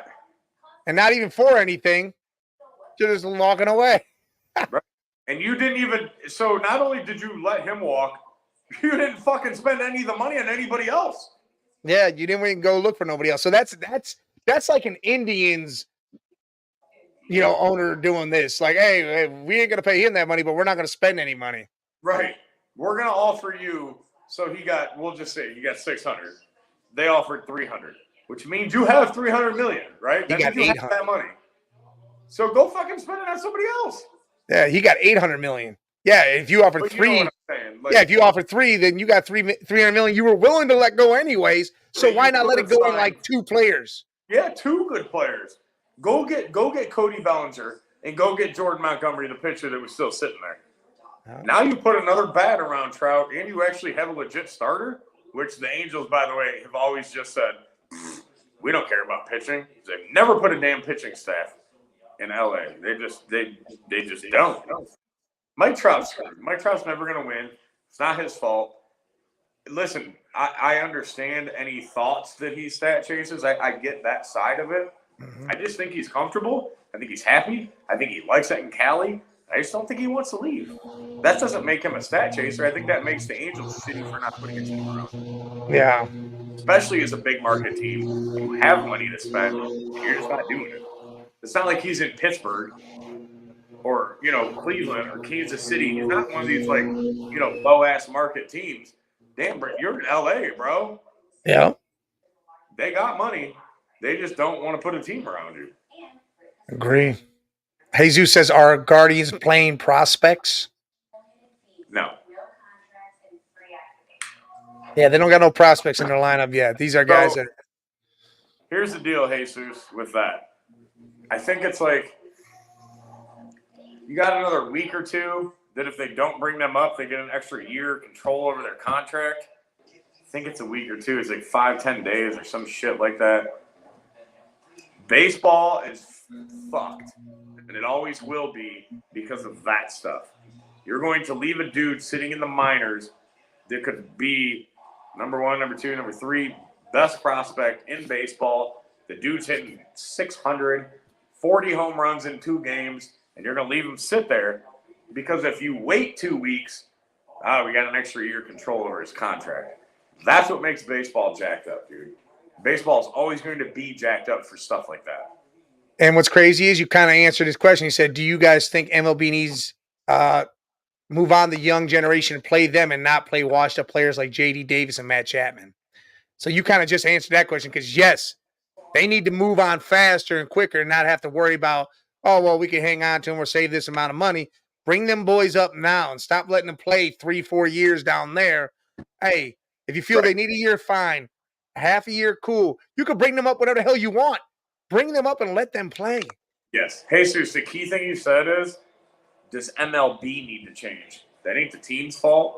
It ain't the GM's fault. It ain't the owner's fault. It ain't the player's fault. It's fucking MLB's fault for putting these stupid rules and regulations in place about control over contracts. And, well, if they stay in the minors this year for 19 games instead of 16 games, we'll give you an extra year control over them. Bullshit. Here's your 4-year control over that rookie. That's it. Yep. You want to bring them up game 1, you bring them up game 1. You want to bring them up 3 years into that control, then bring them up 3 years in. That's MLB's fault. They're ruining baseball. MLB is ruining baseball. Yeah. He says MLB needs to start playing Jackson Holiday. Look, Jackson Holiday was already Jackson brought Holiday's up, bro. He's up. Baltimore already played him. He played in like 3 games already. Yeah, he's playing. He balling. He's already up here doing his thing. Yeah, it was huge. It was a huge thing the other day because he struck out twice, and I think he hit a home run or something. Yeah, it was huge. He's already up here. Jackson Holiday gonna be just fine, dude. And Baltimore has 3, now including Jackson Holiday, of the youngest fucking studs in baseball. Props to Baltimore. God, I wish I was a Baltimore fan. Well, you can quietly root for them. It'll be listen, it'll be really quiet. It'll be like Baltimore won 4 to love. Real quiet. Real what quiet. Jesus said? Let Ken Griffey Jr. prospects learn and play in the MLB. Yes. 100%, man. But there is nothing wrong with some time in the minors. It's like a QB that you draft sitting behind the starter. I have no issue with that. But if I throw you in the minors and I know that you could fucking play baseball, I don't want to go 1, 2, 3, 4. Shit, I got 7 more games before I could bring you up, or I'm going to lose a year of your contract. Bullshit. Let's go. I agree. I think it's bullshit. I agree. The baseball's the only major league sports that does it to where, we drafted that guy, but he can't come up right away unless this or that, or they stay down there way too long. Because baseball tells you that you can't control him. Yeah, and that's crazy. NBA, that's my player. I decide that. Yep. Shit. NBA, you draft a stud, he's playing. NFL, you draft a guy, he's playing. There is no, but I mean, granted, they don't have minor leagues, even though the G League's there. There's other stuff, but you're not being told, hey, I can't play this guy, or you can't do this, rookie. Right. NFL says you draft a guy in the first round, you get an extra year, a 5th-year option. Yeah, they're telling you. 5th-year option added on. That's your player. You pick. Yeah, that's your player. What you want to do? We're going to give you an extra year because you drafted him in the first round and say, hey, if you want that option, you can get it. If not, then no. Here's Jordan Love. You get 5 years. It's four in your choice. So we're just gonna say 5. Yeah, 4 in your choice. You want to sit him for 4? It's your choice. You want to sit him for no games? That's your choice. That's your choice. Baseball doesn't give that option to that's the number one pick in baseball. They give the option of if he doesn't play in the minors for 30 games, you get 3 years. If he plays in the minors for 31 games, you get 4 years. If he plays in the minors for 52 games, you get 5 years. Bullshit. You're telling me what I could do with my player that I drafted to my team. Why is it your choice? That's my player that I'm paying money to. And it's a jacked up system, dude. As much as I love baseball, you know, Mike, I ain't gonna bullshit. I'll tell you the problems. And that's huge. That's the second biggest problem. I'll be honest, I can understand why they say that because they're saying, well, if you're going to use a year of his eligibility up here, then you only get the straight years that you get. Otherwise, if he's going to play down there for over half a year or whatever it is down there, 52 games, we're going to give you an extra year. It's like redshirting somebody. You redshirted that person. They can come play here and there, but they can only play a percentage of the season, and you still get another year of them. It's like college. That's what it is. That's college stuff. Exactly. And this is the pros. Yeah. It's bullshit. That's the second biggest problem with baseball. Number 2. And as big as a problem that is, the fact that it's number 2 means number 1's a huge problem. And what's that? Salary. Oh, yeah, the salary, yeah. Put the damn salary floor. I don't need a salary cap. Yeah. Damn it, put the floor. You got to spend $70 million. Agree. Sell your team. Jesus said, let them play in the MLB. If they really need to work on stuff, send them to minors. Yes, and that's my point, Jesus. He's your player for 4 years. I don't care what you do with him. If he needs to play in the minors for 4.5 years, well, then you got a half a year left of his contract. You pay him and re-sign him. If not, then let him go elsewhere. Yeah. That's what I'm trying to say. I'm with you 100%. But don't tell me how long he needs to stay there or play with me, and I'm counting games, and I'm counting innings. Bullshit. That's my player. Do I get 3, 4, 5, 6, 10, 20, 1 year? Just give me the years that I get for that guy that I drafted. That's all I want. Like you said with NFL, I get 4 years and an option. So do it with baseball. You get 4 years and an option.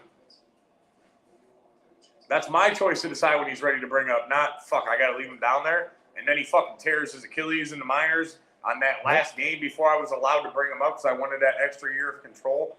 Bullshit. Now the kid ain't getting nothing. Agree. It's bullshit, dude. Sorry. It makes me angry. It makes me angry for the game of baseball. It makes me angry for those kids that are damn good enough that should be up here.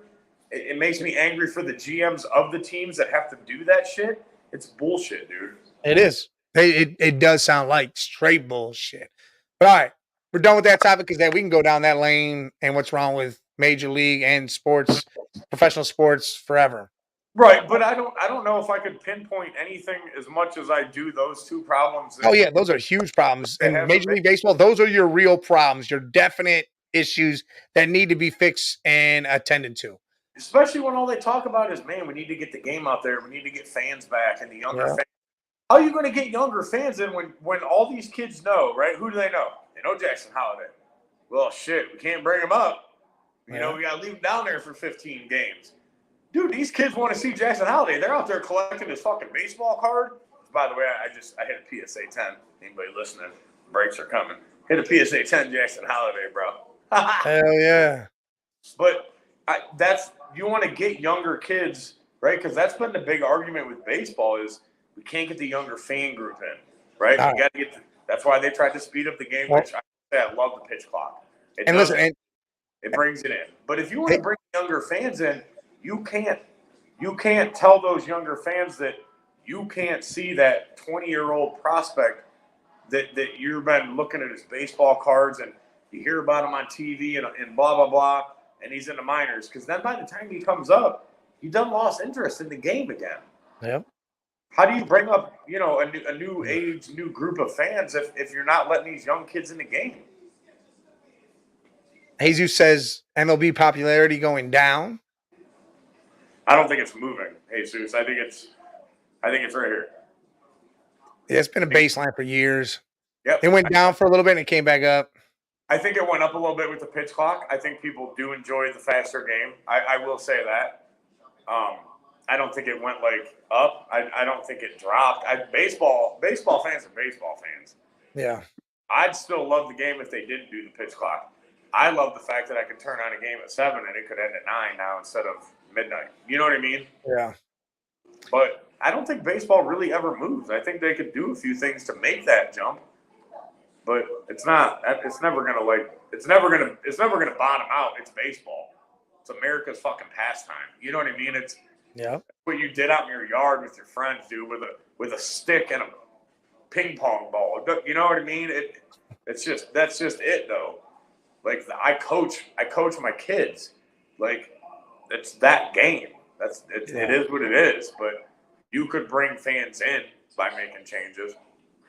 Definitely. He said, "Remember this week on baseball bloopers? No more of that." I love that shit. Hey, Jesus, that show was badass, dude. All right. So you said the Guardians were the surprise team in the AL? And the Tigers. And the Tigers. What are your two in the NL? Man, NL's kind of playing out how I thought right now, honestly. The Pirates aren't a surprise to you? That's a surprise. See, I'm not because it's so early. But well, yeah, but I'm saying right now, you didn't think the Pirates are going to be 9-4 leading the division better than the Dodgers' record in baseball. Like, no one thought that. I'm not saying I thought that they were, but I thought the Pirates were better than the Guardians and the Tigers. All right, but still, all right. So who's your teams that you're like, man, hot start? Didn't think that was going to happen. If I had to pick two from the NL, the Pirates would be one because I was surprised. The other one would be as shitty as Houston's playing. Houston's an AL team. So like I told you, in the NL. So there's no surprises, no letdowns over there. Just Pirates are shockingly hot right now. Where they are. Pirates are hot right now. They're playing hell of a good baseball. They are. They're playing hell of a good baseball. So there's more of the AL. So two teams from the Central, where we thought Central was going to be the shit division. You got two teams playing crazy good baseball. Yeah, balling out, dude. Crazy good baseball. The Twins have fallen. The Sox look like trash. The Royals are middle. And yeah, they're the middle, but you got Detroit and the Guardians up there fighting. And then you got the Astros, a team that's been to the World Series how many times in the last, let's say, 5-6 years, balling out, taking control of that division, and now they're just nothing. They look like they forgot how to play fucking baseball. They do. They look like they forgot. Did they get old, and did they let too many pieces walk away, and that's the problem? I think I'll tell you, my first initial reaction was age. Yeah, all right. As we could say with any sport, I know we're on baseball, but pick a sport, dude. How many times have we been like, damn, that dude aged in the offseason, and it was right now? Yep. You know what I mean? Like, yep. That was your top fantasy pick last year, and then you picked him again in the top 5 this year, whatever league that may be, and you're like, what the fuck happened to this dude? Like, nothing changed. He hit 38 all of a sudden instead of playing like last year when he was 37, but playing like he was 25. Actually playing like he's 37. Yeah, now his age is caught up to him. Yeah, and I think it happens really quick with any sport. I do. Agree. I'm not saying all the Astros are old. Altuve's not super old. They got some young players, but their pitching staff's older. Yeah. Minnesota's in trouble. They lost Carlos Correa today, which nobody knows for how long. Problems. Hey, where'd you go? Oh, the second NL team. I did. Philly. All right. What the fuck? Where are you? Like, where's Philly? Look at Red Jet says Red Jet's 10-1. Go Giants, go. Giants. Listen. Hey, go back and watch. Yeah, you said the Giants. You said the Giants are going to be a good team. Yep. And they are.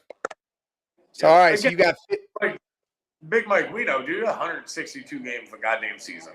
No, it is, but it's just a hot start. Like teams that you didn't expect start this hot. Again, Yeah. obviously, Or that slow. we both didn't expect the Tigers or the Guardians to do that whatsoever. Neither one of us saw the Astros looking like shit. Right. I didn't predict the Pirates to do any of the things they're doing. Not this. Not Yeah, this. not this at all. Not be Right. leading the NL in record wise. No, hell no. How about the Guardians too with this record? Again, with losing Bieber. Yeah. That was only 2 games. He was supposed to pitch the home opener. He probably would have pitched. I believe he would have pitched another game since then. So he should be 4 starts in. So we have that record without top 5 pitcher in baseball. Damn. Hey, that's my team, and I love it. But damn, I'm a little surprised. A little shocker. Little shocker going on there. Look, Red just said Giants making up every loss they had against the Dodgers. Yeah, Dodgers are going to be just fine. But all right. So that's what we had there. You had the Phillies doing good. Before we go, Phillies are stinking. That's my shot. Oh, they're trashing.